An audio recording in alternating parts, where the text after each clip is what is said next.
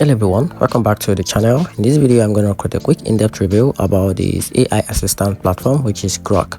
So here's a breakdown. Grok is an AI assistant designed to be fast, conversational and context aware, ideal for everyday tasks, research, creative brainstorming and technical help.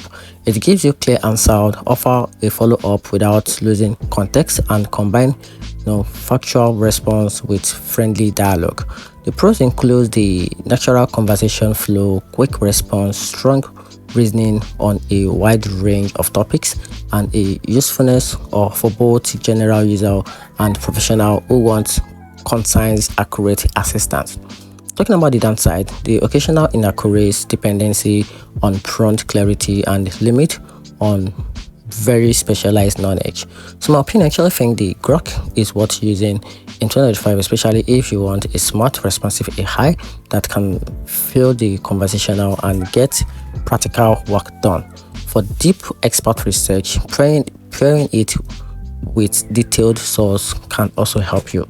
And that's it. Hope you find the video helpful. If you do, turn on the notification button and subscribe for more review.